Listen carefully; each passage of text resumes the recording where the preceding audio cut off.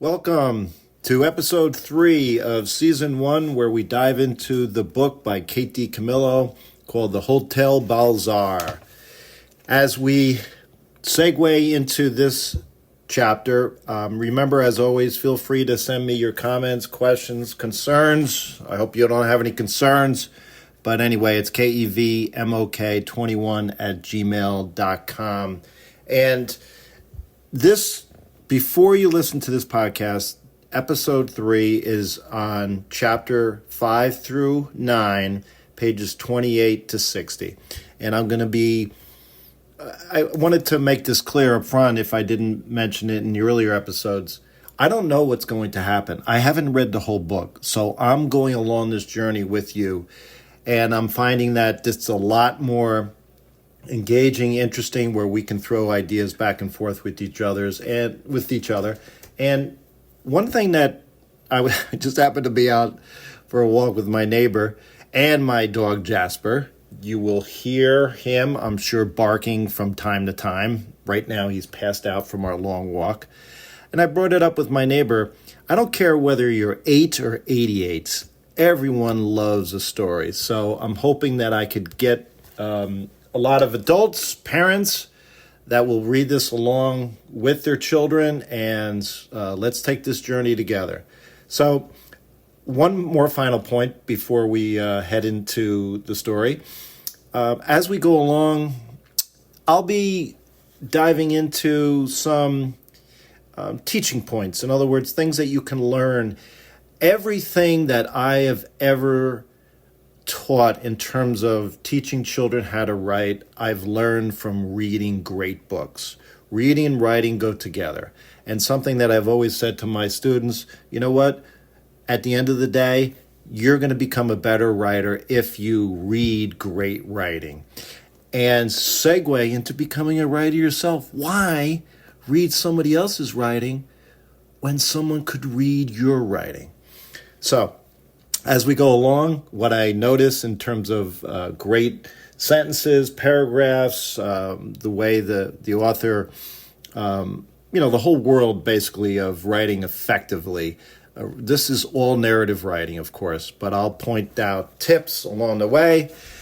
And let's dive in. Chapter 5, this ending of chapter 4, where Marta talks about just her heart singing when the Countess says, "My little ray of light." Well, of course, why is this so amazing? Because this is what her father has said to her. And it comes from a letter that you definitely want to read. In the beginning of chapter 5, it's a letter that's obviously in this envelope on her dresser up in her attic from her father.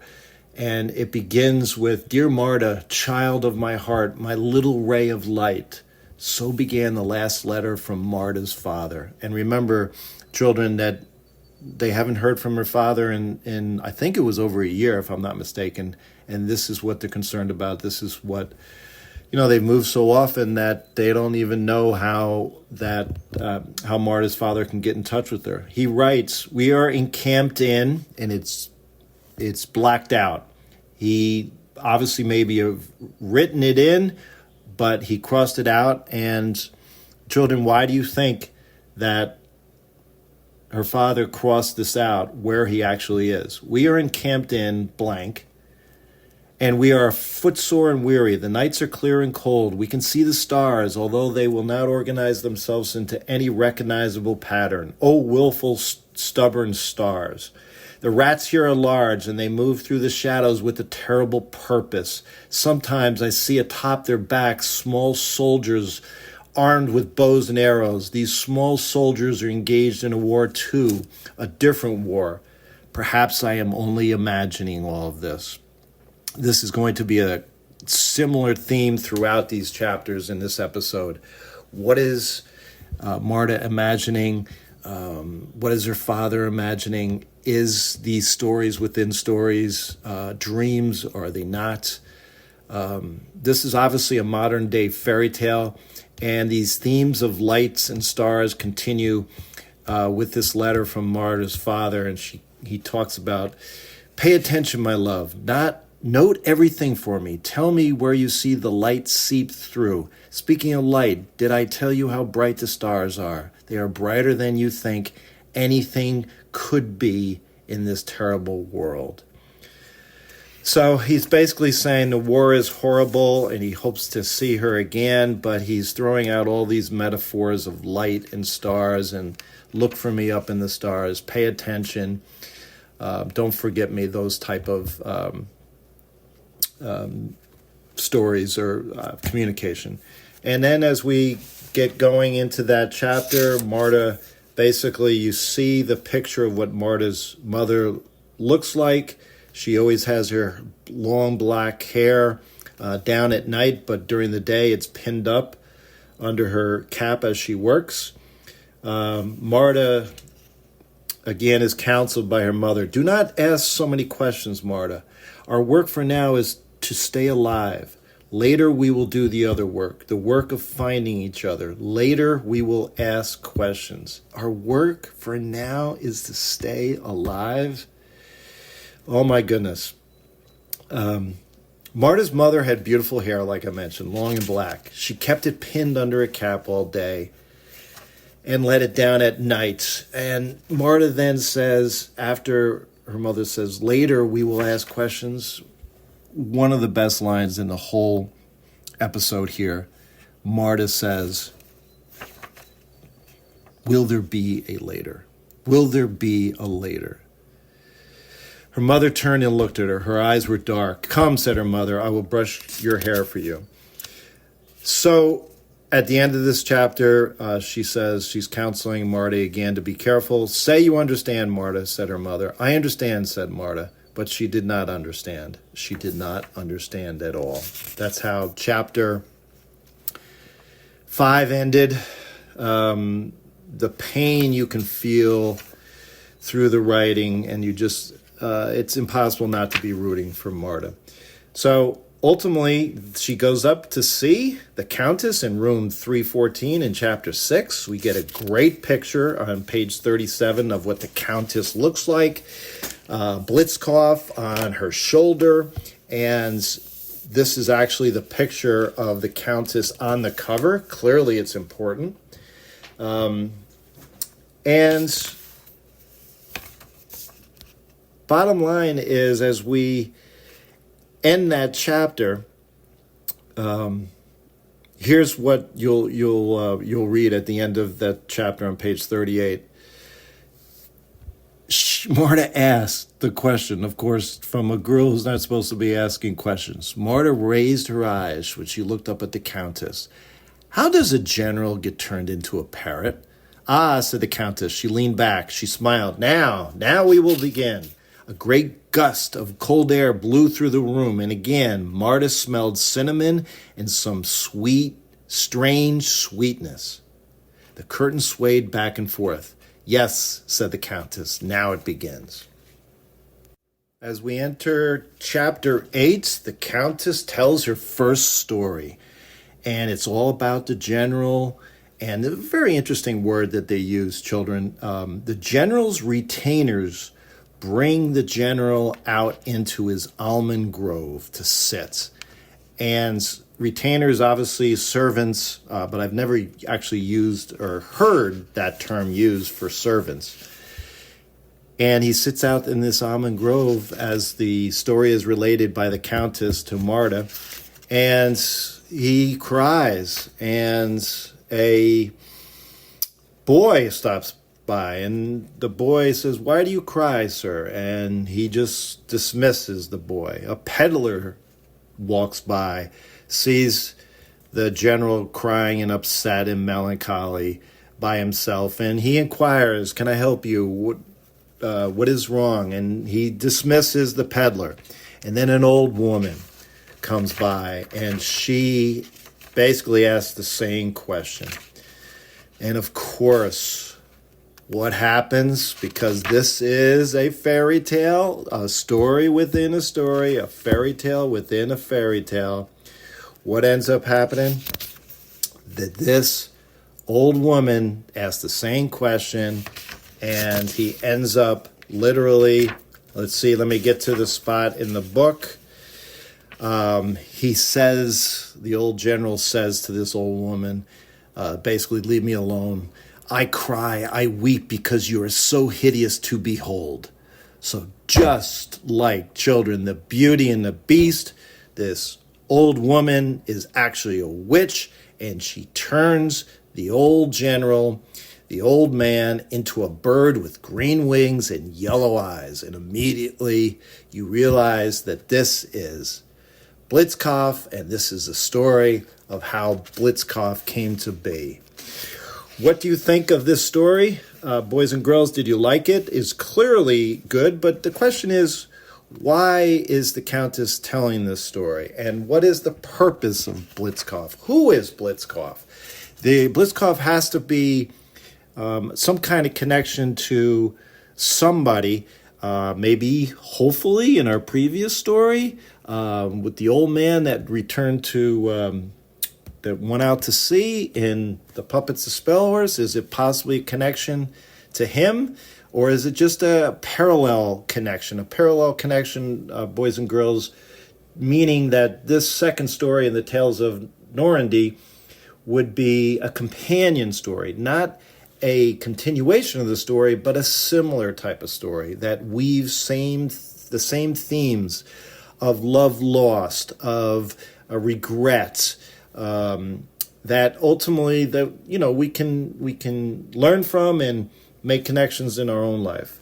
Well, as we go into chapter 8, basically we find out that the general, Blitzkopf, was sold off to a traveling circus, and he ends up catching peanuts and walnuts from the crowd, and magically the walnuts that he returns have secret messages in it for the audience, and the audiences love this. These messages were of love and hope and joy, words that seemed as if they had been written just for them. And in this way, the audience was entertained and also comforted, and the parrot became a very popular part of the circus show. So, as the Countess relates, this idea about, she basically said that the general, who's now a parrot, there was even times when the general was grateful to the witch for the magic she had performed, the spell she had cast upon him. Perhaps, thought the general, as it's relayed by the Countess, perhaps, thought the general, I am atoning for some of the sins of wars by making people laugh, by giving them hope. And what's great about this, those of my students that know this, if you've studied Greek mythology, talk about hope. When men and women were created, as the Greek myth goes, in Pandora's box, all the sins and all of the horrible things that life's reality brings men and women were brought out into the world, but there was always one little thing left in Pandora's box. And just like this, it's hope, right? So great, enduring story. And then Marta says at the end of this chapter, is that the end of the story? And then Countess says back, does it seem like the end?